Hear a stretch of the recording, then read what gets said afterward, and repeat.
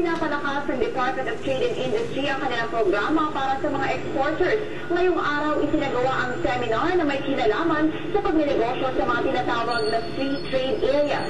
Nagpapatrol, Eric Baldo. Isa ang Pilipinas sa mga bansang nag-e-export ng mga produkto sa iba't ibang bansa.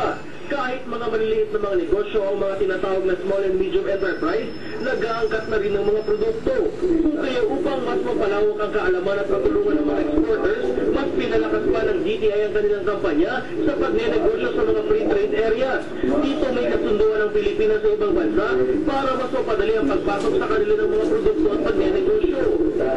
These are agreements that various economies have with one another to ease the flow of merchandise and services trade and to govern in a nice way the investments between one another.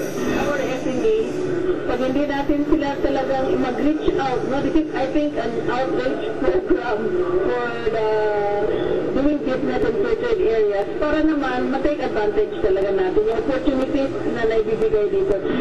Isa sa mga natulungan nito ang exporter na si Myra Gavilo. 20 taon na nagsimula niyang mag-export ng mga educational toys. At dahil sa nasabing programa, mas napadali ang pag-export nila ng mga produkto sa ibang bansa.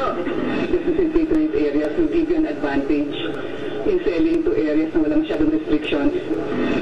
Samantala, kahit nagkaroon ng di pagkakaintindihan ng China at ng Pilipinas dahil sa issue ng spot lease, di naman umano nito naapektuhan ang import at export ng dalawang bansa.